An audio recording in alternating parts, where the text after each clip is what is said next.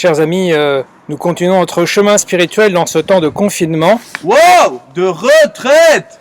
Oh pardon, excuse-moi, Don Etienne Marie, oui, excuse-moi, de retraite. Le Seigneur nous invite à vivre de son pardon. C'est ce que nous avons prié ce matin dans la collecte de cette messe, la prière d'ouverture. Pardonne, Seigneur, les torts de ton peuple, puisque notre faiblesse nous a rendus captifs du péché, que ta tendresse nous en délivre. Nous sommes invités à pouvoir bénéficier de ce pardon du Seigneur.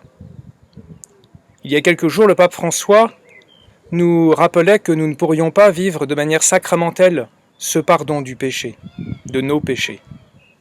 Il nous invitait alors à faire un bon examen de conscience, à dire l'acte de contrition, et alors à être assuré que le Seigneur, en nous voyant nous repentir, en nous voyant nous retourner et ouvrir notre cœur à son pardon, ne pouvait que lui-même donner son pardon à tous ces enfants que nous sommes.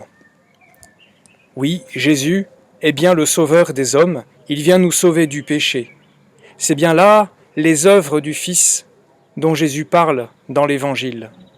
Oui, Jésus est dans le Père et le Père est en Jésus. C'est l'œuvre conjointe du Père, du Fils et du Saint-Esprit qu'est la rémission des péchés. C'est bien ce que nous allons vivre dans ces quelques jours que nous allons vivre avec la mort et la résurrection du Christ. Cela nous conduit à recevoir ce pardon du Seigneur. C'est là toutes les œuvres du Père, et tout prend son sens dans ce mystère pascal.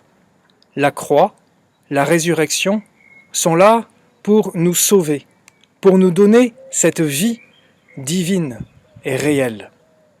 Alors, préparons notre confession pascale comme d'accoutumée, en soignant notre examen de conscience et en priant de manière plus particulière cet acte de contrition pour qu'alors, lorsque nous sortirons de cette grande retraite, à la fin de ce confinement décidé par les autorités civiles, eh bien nous pourrons aller trouver alors un prêtre pour nous confesser sacramentellement.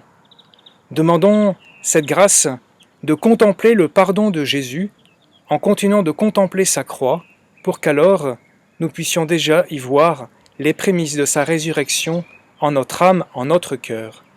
Bonne suite de retraite.